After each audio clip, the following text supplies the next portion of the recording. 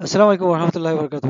آج انٹرنیٹ اور الیکٹرسٹی کی جو امپورٹنس ہے جس کو لے کے علاقے سے بے روزگاری کو ختم کیا جا سکتا ہے، ہم اس ٹاپک کو یہ لے کے آئے ہیں۔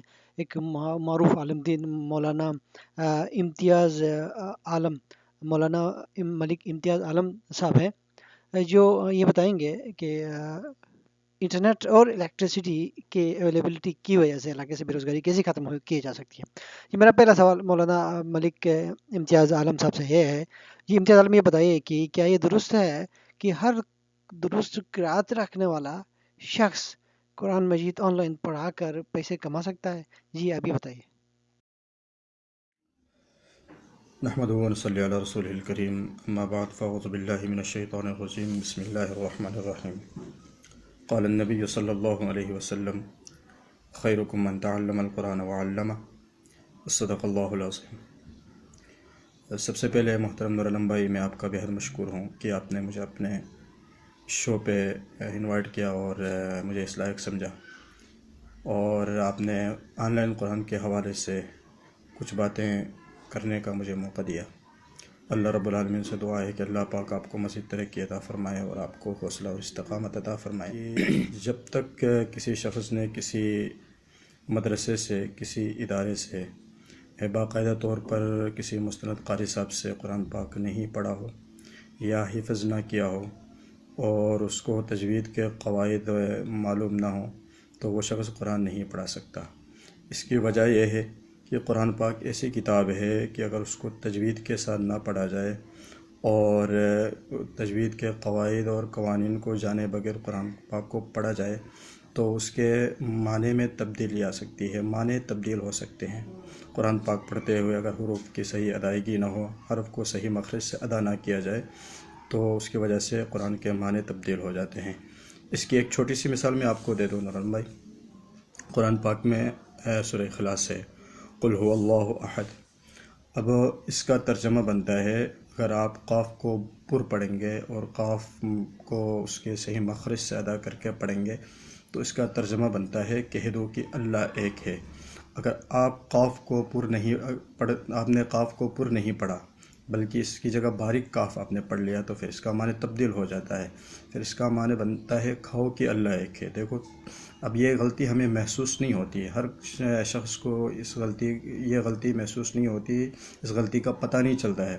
وہ بظاہر تو سوچ رہا ہوتا ہے کہ میں اچھا قرآن پڑھ رہا ہوں، میں صحیح پڑھ رہا ہوں، لیکن جب تک اس کو تجوید کے قواعد معلوم نہ ہو تو اس کو اس غلطی کا پتہ نہیں چلتا ہے، تو جس کی وجہ سے معنی تبدیل ہو جاتا ہے اور بسا اوقات انسان کفر تک جا پہنچتا ہے۔ تو اس وجہ سے اس بات کا خیال کرنا بہت ضروری ہے۔ اور قرآن پاک پڑھانے کے لیے جو شخص قرآن پڑھا رہا ہے، کوئی قاری صاحب قرآن پڑھا رہا ہے، حافظ ہے قرآن پڑھا رہا ہے، تو اس کے لیے تجوید کا سیکھنا، تجوید کا پڑھنا یہ واجب ہے۔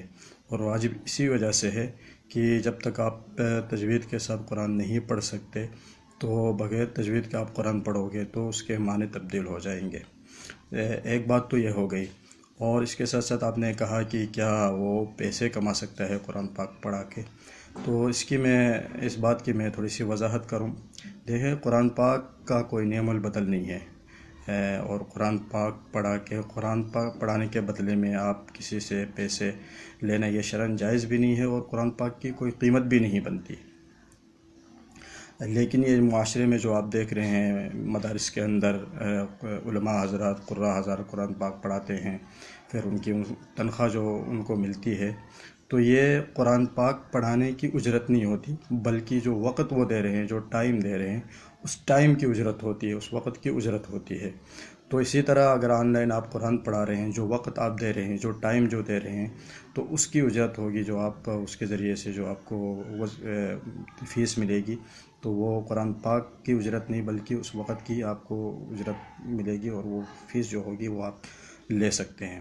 جی مولانا ملک امتیاز عالم صاحب، اب یہ بتائیے کہ جی بی کے کسی کونے میں بیٹھا ہوا ایک شخص اگر انٹرنیٹ کے ذریعے قرآن پڑھانا چاہے تو وہ کیسے اس کام کا آغاز کرے؟ جی آپ بتائیے۔ نورعالم بھائی، میں سب سے پہلے یہ بات عرض کروں کہ آن لائن قرآن پڑھانے کے لیے چند چیزوں کا ہونا لازمی ہے، جن میں جو بنیادی چیز ہے اور سب سے لازمی چیز ہے وہ ہے انٹرنیٹ کی سہولت اور لائٹ، بجلی کا ہونا۔ تو اگر ہم اپنے علاقے کی طرف دیکھیں، بالخصوص استور میں ہم دیکھیں تو یہ چیزیں بالکل نہ ہونے کے برابر ہیں. خاص طور پر جو ہمارے دیہات علاقے ہیں، گاؤں ہیں، وہاں پر تو لائٹ اور انٹرنیٹ کی سہولت بالکل نہ ہونے کے برابر ہے. تو جب یہ بنیادی چیزیں آپ کے پاس نہیں ہیں، میسر نہیں ہیں، تو پھر آپ آن لائن قرآن نہیں پڑھا سکتے ہیں. پھر آپ کے لیے مشکلات پیدا ہوں گی اور آپ ڈسٹرب ہو جائیں گے. تو بنیادی چیزیں یہ انتہائی لازمی ہیں. اگر لائٹ اور انٹرنیٹ کی سہولت ہو تو پھر آپ اپنے علاقے میں بیٹھ کر، اپنے گاؤں میں بیٹھ کر سہولت کے ساتھ قرآن پاک پڑھا سکتے ہیں. اور یہی وجہ ہے کہ ہم دیکھتے ہیں کہ ہمارے علاقے کے بہت سارے قراء حضرات ہیں جو میرے یار دوست ہیں، جن کو میں جانتا ہوں، میرے رشتہ دار بھی ہیں، وہ وہاں گاؤں سے آ کر یہاں شہروں میں رہ کر کرائے میں مکان لے کر آن لائن قرآن پڑھاتے ہیں. اگر لائٹ اور انٹرنیٹ کی سہولت اگر وہاں موجود ہو تو وہ آرام سے وہاں بیٹھ کر، اپنے گاؤں میں بیٹھ کر آن لائن قرآن پڑھا سکتے ہیں. پھر اس کا ایک فائدہ یہ بھی ہوگا، ابھی ہم اگر اس وقت دیکھیں جو یہ سردی کا سیزن ہوتا ہے، اس میں اگر ہم اپنے یہ دیہات علاقے کی طرف جائیں، وہاں گاؤں میں جا کے دیکھیں تو بہت ساری مساجد، بلکہ اکثر مساجد کے اندر باجماعت نماز نہیں ہوتی ہے.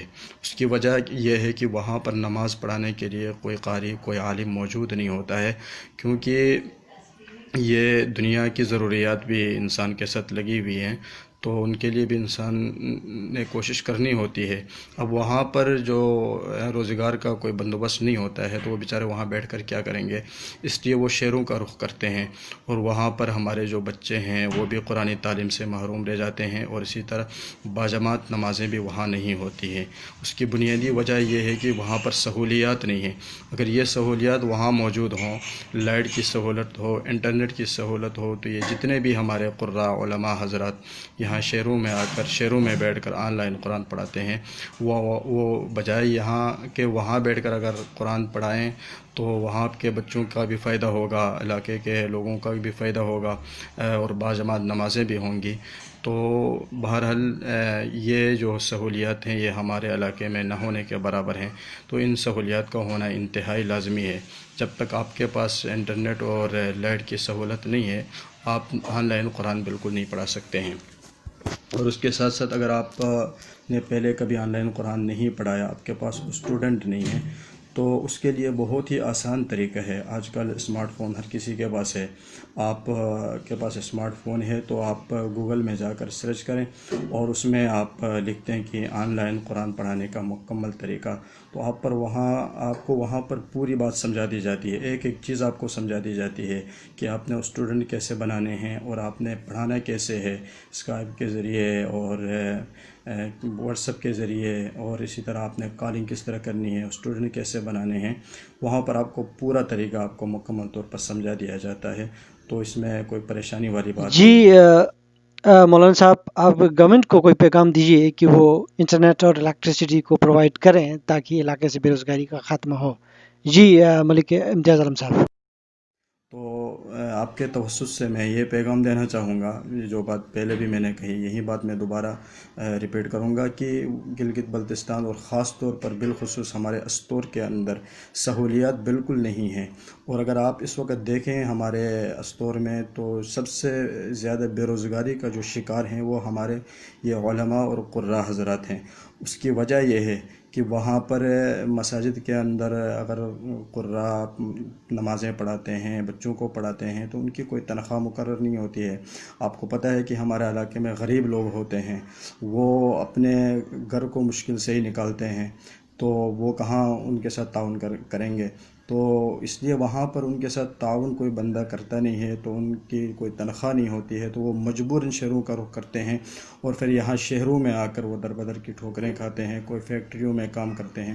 کیونکہ آج کل جو ہے نا علماء قراء اتنی تعداد میں ہیں کہ آپ اندازہ ہی نہیں لگا سکتے. اور پھر اوپر سے مدارس کے اندر کوئی معقول تنخواہ ہوتی بھی نہیں ہے، جس سے آج کل کے اس دور میں، مہنگائی کے اس دور میں، کسی کا گھر چلے اور گزارا ہو. تو اس کی وجہ سے مجبوراً وہ لوگ پھر جو ہے نا دوسرے کاموں میں لگ جاتے ہیں، کوئی فیکٹری میں کام کر رہا ہے، کوئی دکان چلا رہا ہے، کوئی کچھ کر رہا ہے، تو یہی وجہ ہے۔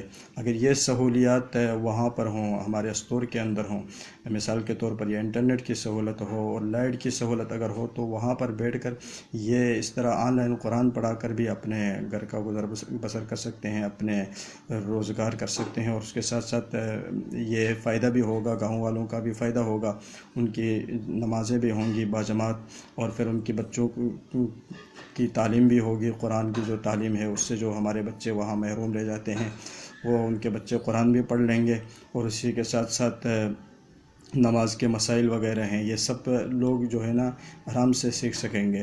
تو میں حکومت سے یہی گزارش کروں گا، آپ کے توسط سے میری درخواست ہے کہ آپ خدا را آپ استور کے جو یہ بنیادی مسائل ہیں ان مسائل کو حل کرنے کی کوشش کریں۔ بس آخر میں ایک مرتبہ پھر میں آپ کا شکریہ ادا کروں گا۔ اللہ رب العالمین آپ کو جزائے خیر عطا فرمائے۔ والسلام۔ ہمیں اجازت دیجیے گا، پھر کسی پروگرام میں کسی اسپیشل گیسٹ کے ساتھ ہم حاضر ہوں گے۔ اللہم اغفر لی ولی والدی وللمؤمنین یوم یقوم الحساب۔ سبحان اللہ و بحمدہ، سبحان اللہ العظیم۔